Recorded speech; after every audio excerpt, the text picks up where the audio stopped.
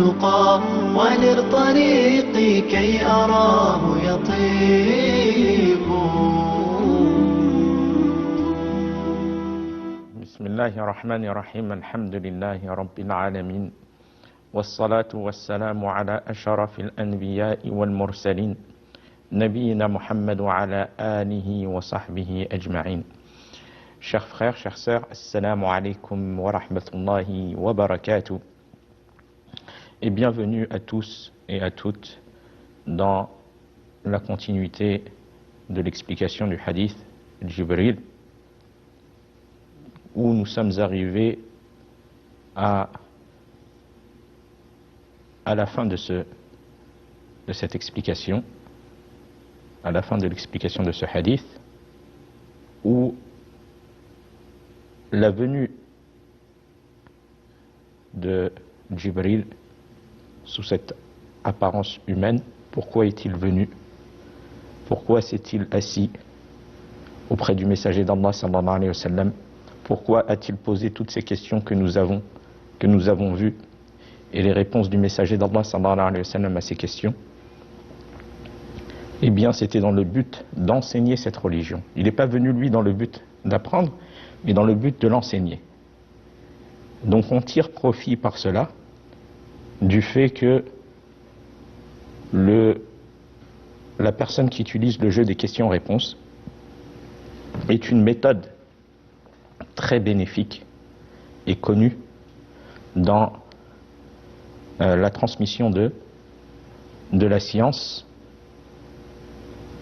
C'est une méthode pédagogique efficace que la personne peut utiliser dans des cours ou avec les enfants en leur posant certaines questions. Donne-moi les piliers de l'islam, par exemple. Quels sont les piliers de l'islam? Quels sont les 6 piliers de la foi? Ce genre de questions, et chacun répond. Et cela est très bénéfique dans la transmission d'une science. Donc on peut tirer profit de ces questions de Jibril dans le but d'enseigner cette religion, de la mettre en pratique, nous, dans l'enseignement des choses bénéfiques. Dans l'enseignement des choses bénéfiques. Et dans le propos du prophète alayhi salatu wa salam, que la venue de Jibril était dans quel but? Vous enseignez votre religion. Vous enseignez votre religion. Ce qui prouve que la science s'acquiert par l'apprentissage. La personne qui veut acquérir un savoir, elle est obligée de passer par un apprentissage. Et elle doit commencer par les bases. Elle doit commencer par les bases de la religion, puis en ayant des bases solides, elle peut par la suite apprendre des choses qui sont plus à un niveau supérieur. À un niveau supérieur. Donc, la personne ne peut pas se baser dans sa religion, sur des coutumes ou des choses où il n'y a aucune preuve, qui peuvent amener des traditions, ou des choses où il n'y a aucune preuve, qui peuvent amener la personne à l'innovation, faire des choses qui ne sont pas légiférées. Et c'est pour ça que le prophète alayhi salatu wa salam, il a mis en garde contre le fait de faire une chose qui n'est pas sur les ordres d'Allah ainsi que de son messager. Le prophète sallallahu alayhi wa sallam a dit: Man amila amalan laysa alayhi amruna fahuwa radd. Celui qui accomplit une œuvre qui n'est pas sous nos ordres, sur notre législation,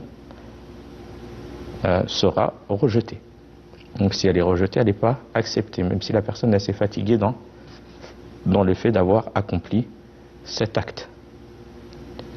Donc on ne peut pas se baser en disant je suis la tradition de mes ancêtres ou de mes parents ou de mes grands-parents ou de telle personne, de tel imam ou de telle personne. La source, c'est le messager d'Allah, c'est lui qui a été envoyé pour être suivi. Donc la personne, elle doit s'assurer que l'acte qui est accompli par telle personne est selon le suivi du messager d'Allah, car c'est lui qui a été envoyé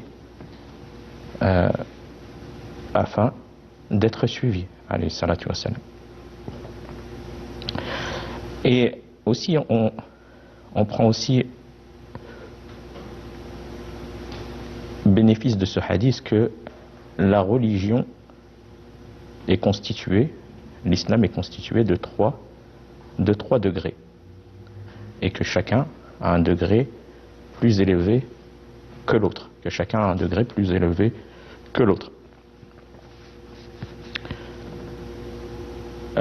le premier degré, qui est l'islam et ses 5 piliers.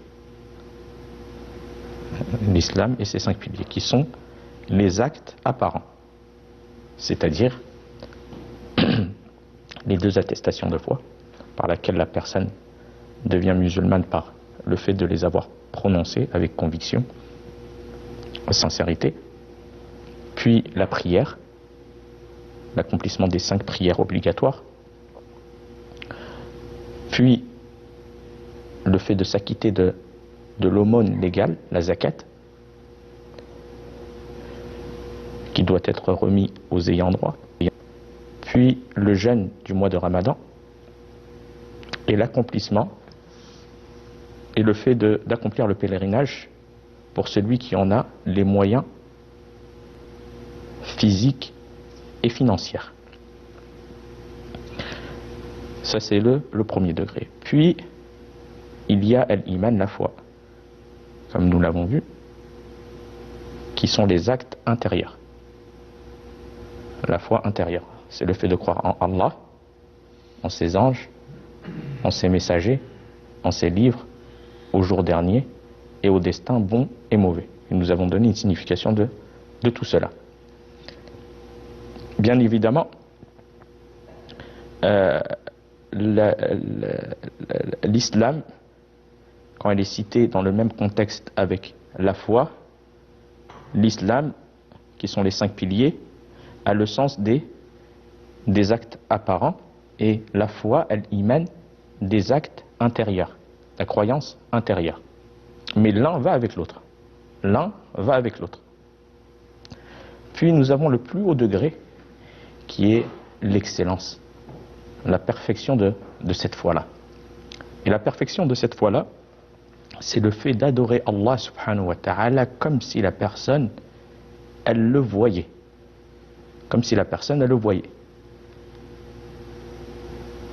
De la forte foi de la personne et de la forte certitude en Allah, elle a atteint ce degré méritoire qu'elle adore Allah subhanahu wa ta'ala comme si elle voyait Allah.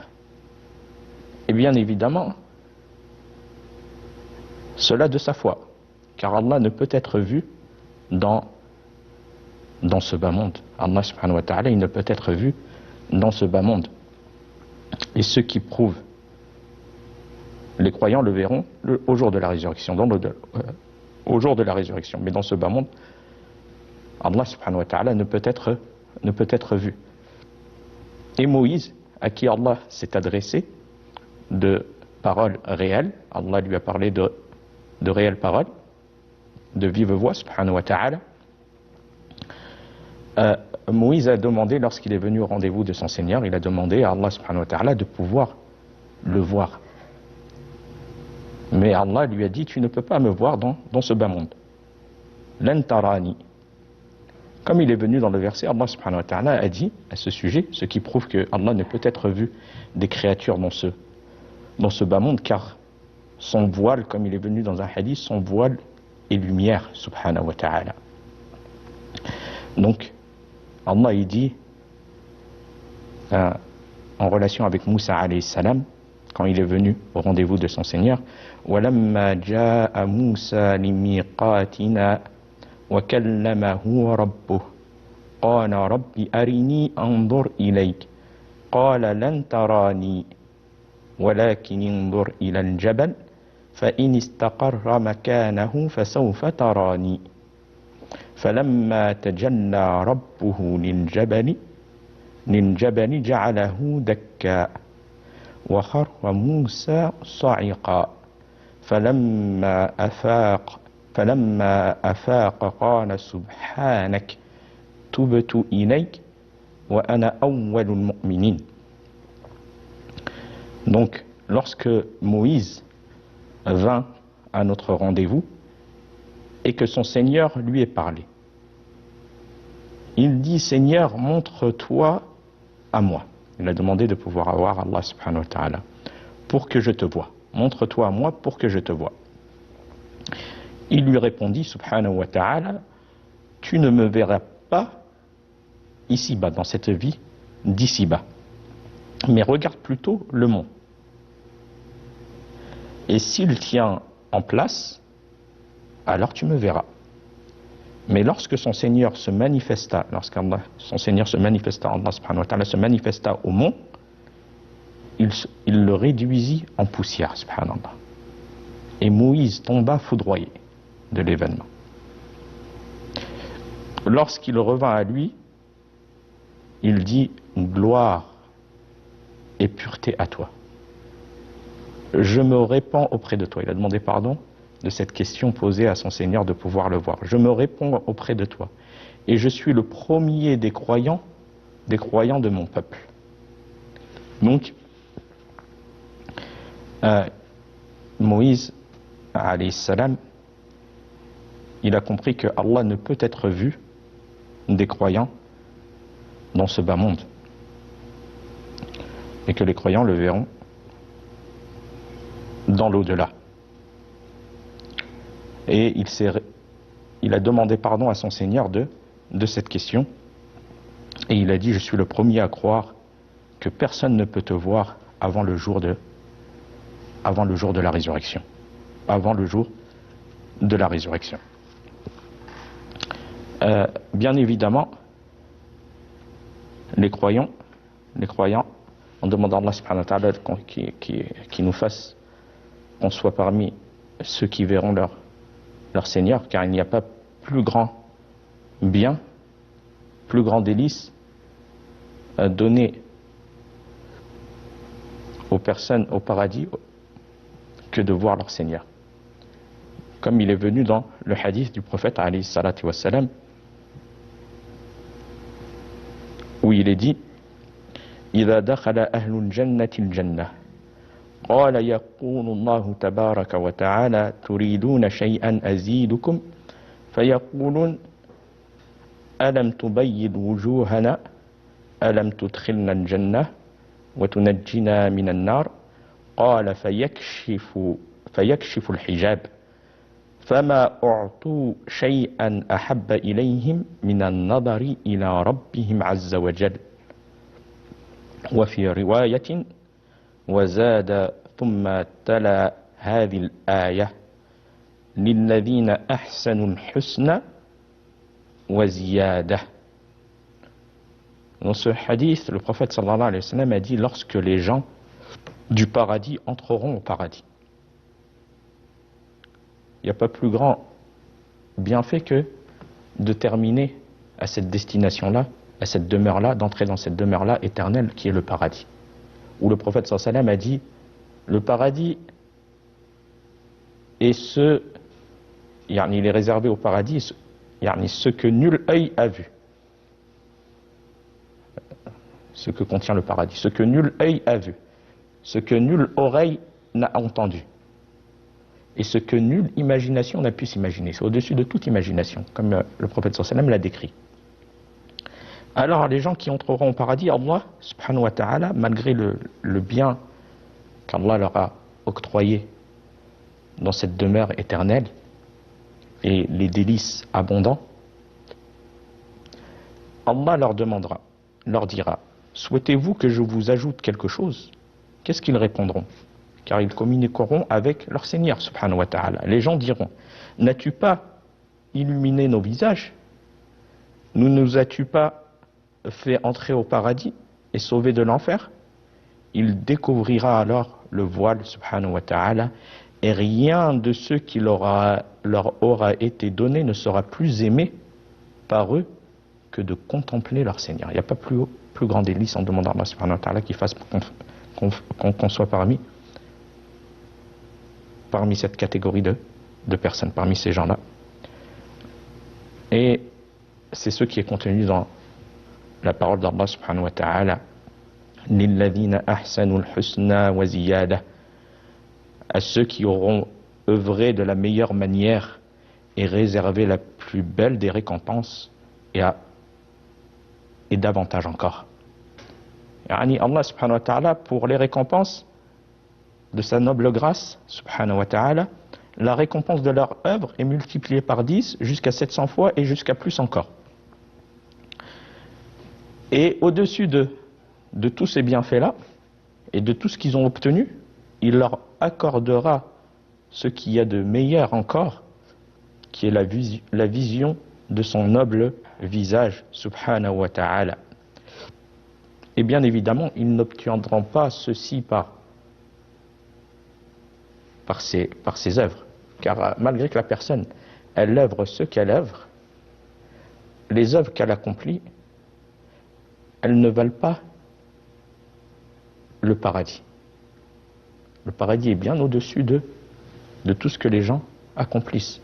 Mais c'est par grâce d'Allah subhanahu wa ta'ala que les gens entrent au paradis.